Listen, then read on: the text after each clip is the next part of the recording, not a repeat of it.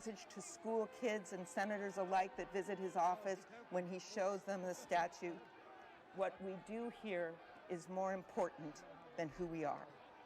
Senators, what matters is not our futures, not our own short-term destinies. What matters is our democracy's destiny. Because I think many of us know that people will not know who we are 100 years from now or 200 years from now. But what they will know is this.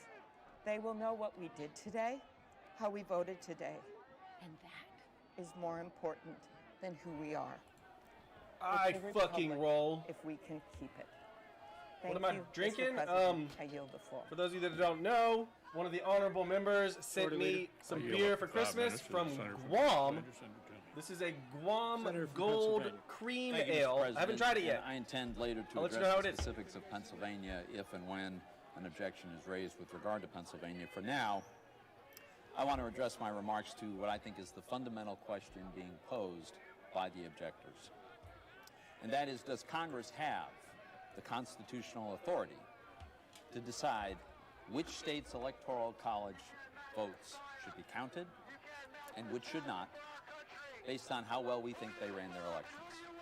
This is what the objectors are really asking us to do, to federalize elections by rejecting electoral college votes from states whose processes they say they disapprove of, and thereby having Congress select the President of the United States instead of the American people.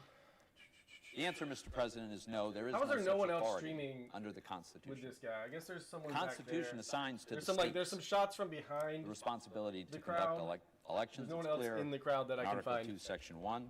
It leaves courts with the responsibility to adjudicate disputes, and it assigns to Congress the ministerial function of counting ballots. There we go. Except I want to stay on this. I mean, guys, when the stream freezes, I'm going to give it a minute to catch back up. Electors to Congress. Because this is the best stream that there is. Which brings me to the 1877 precedent. Some objectors claim to merely want a commission to conduct an audit and then let states decide whether to send different electors. Well, first, the situations are not at all analogous. In 1877, Congress had before it 2 slates of electors from several states. Here, there are no Trump electors from swing states. There's just Biden electors. Second, legislatures from the swing states, they've already spoken. Thank you. Woke has one up. They've made their decision. They've chosen not to send us alternative electors. Third, a commission? Really?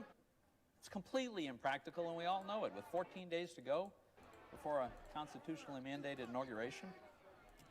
But look at it this way. If the objectors are right, and it really is Congress's job to sit in judgment on the worthiness of the state's electoral processes, then what's the criteria for acceptable election processes? What investigations have been conducted of these processes? What body has deemed that certain states' processes are unacceptable? What opportunities were these states given to challenge the findings?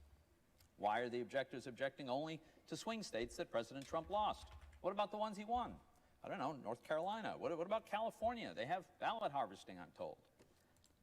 If this is all supposed to be Congress's job, you'd think we'd have answers to these questions and procedures in place, because we would have done this every 4 years, right? But we don't, because it's not our job.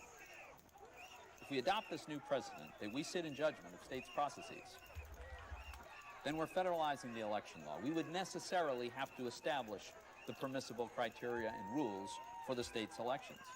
The ballot harvesting example. It's illegal in some. It's encouraged in others. Does it become mandatory or forbidden depending on who's opening the beer. Congress? Opening beer number 1. And as the leader pointed out, it would be the end of the Electoral College. And the Electoral College is the mechanism. Cheers, everybody! People select the president. To either the end of America or the beginning of a new America. In the Electoral College, then clearly Congress is selecting the president, not the people. Whichever party controls both houses of Congress would control the presidency. The public would never tolerate Congress picking the president instead of themselves, so they'd abolish the Electoral College, as many of our colleagues would like to do. And the end of the Electoral College, of course, means the nation will be governed by a handful of big blue states and regions that can drum up very large numbers. Mr. President, the Constitution does not assign to Congress the responsibility to judge the worst. I love how NTD's just showing state election couple people, nor its adherence to its rules. Yeah, because that's accurate. The states. That's an accurate assessment of what's going on right here. Sure. I voted for President Trump. I publicly endorsed President Trump. I campaigned for President Trump. I did not want Joe Biden to win this election. There's something more important to me than having my preferred candidate sworn in as the next president. And that's to have the American people's chosen candidate sworn in as the next president.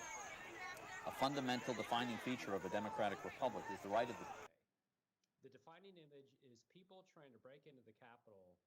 Is Congress down? Did they get in there?